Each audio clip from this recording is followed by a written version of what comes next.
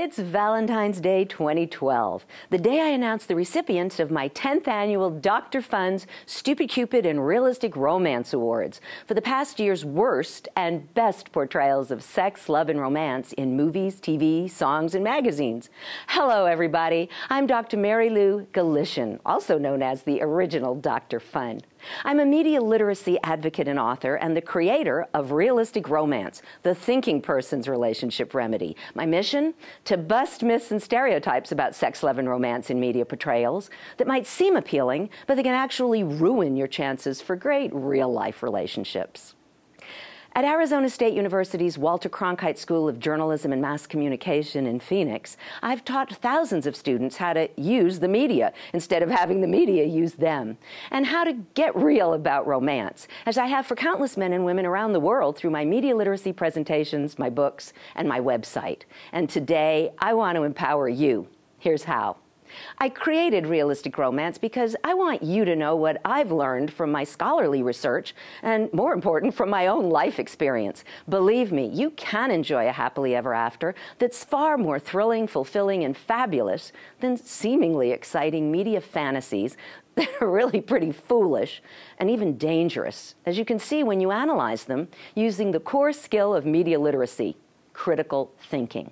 Now, I don't want you to think that media literacy is about bashing or censoring or avoiding the media. Not at all.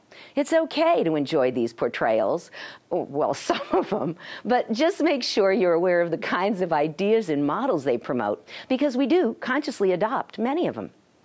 That's why the purpose of my 26th annual awards is to focus attention on some of those ridiculous portrayals and to recognize those rare media examples with smarter relational strategies for thinking persons like you. Here's how it works. I award 13 Stupid Cupids to media portrayals that promote unhealthy and harmful myths and stereotypes, and I confer my 13 corresponding Realistic Romance Awards on those truly rare media portrayals that offer good models for successful relationships. Now, there's a separate Stupid Cupid Award for each of the 12 myths and stereotypes of my Dr. Fun's Mass Media Love Quiz, and the portrayal with the most of those myths and stereotypes gets my overall Stupidest Cupid Award. Now, if you haven't taken my quiz, you might want to do that now to better understand the awards. It's free at realisticromance.com. For each of those 12 myths and stereotypes of my quiz, there's a corresponding Dr. Galician's prescription. The prescriptions are also there on the website. Now, each prescription's an antidote to one of the myths. In other words, each prescription is a healthy and useful relational strategy or a great role model of sex, love, and romance. But I gotta tell you, honestly, although myths and stereotypes abound in the media, healthy prescriptions are pretty hard to find. I honor them with one of my 12 Realistic Romance Awards, and the portrayal with the most prescriptions gets my Realistic Romance Grand Prize. I invite you to think about how different the Realistic Romance winners are from what we typically get from the media. Oh, and please also note, you don't lower your standards to achieve realistic romance, you raise them. My 7-step reality checkup shows you why and how. And for that and more free stuff, again, check out my media literacy website, you know, realisticromance.com. That's where you'll also find a complete listing of my 10th annual awards with 26 citations that explain the reasons recipients got their awards. I think you'll find some surprises.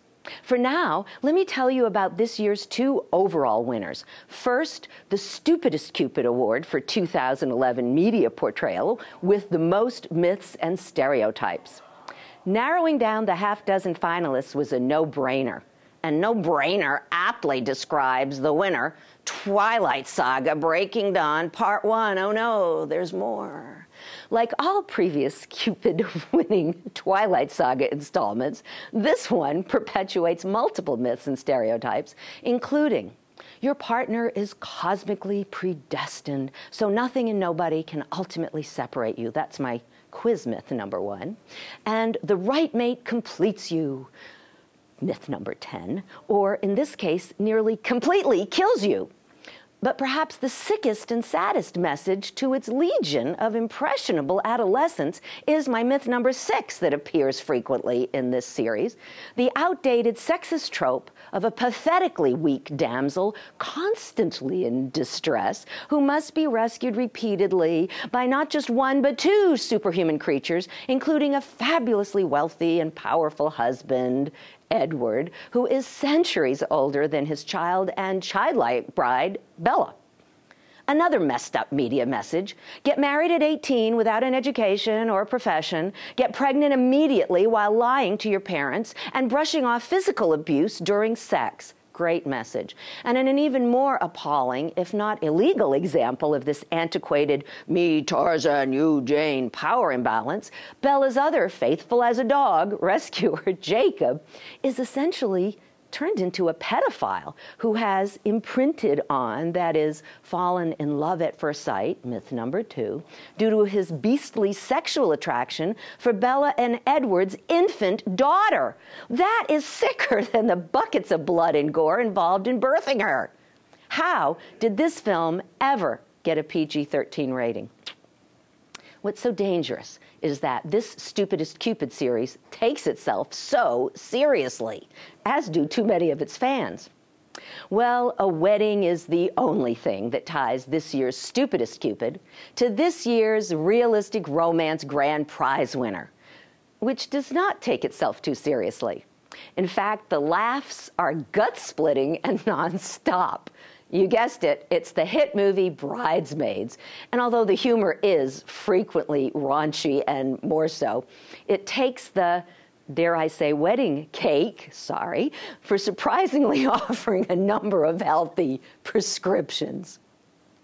When we first meet the central character, Annie, played by the film's co-writer and Saturday Night Live regular Kristen Wiig, she's certainly not a youngster, but she's immature.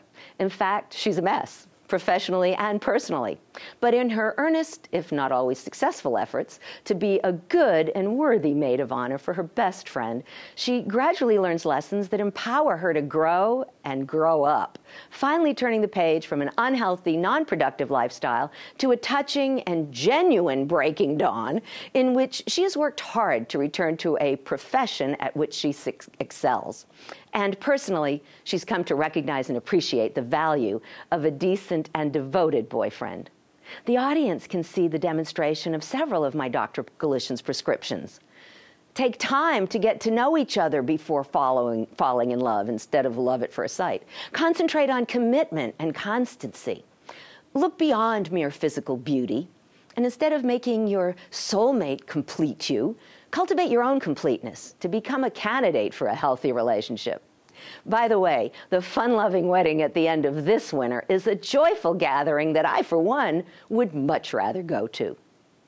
Well, I hope you'll go to realisticromance.com to see the winners of my 10th annual awards, Stupid Cupids and Realistic Romance. Which one did we give to Crazy Love, Stupid Cupid or Realistic Romance? Well, here's a little hint.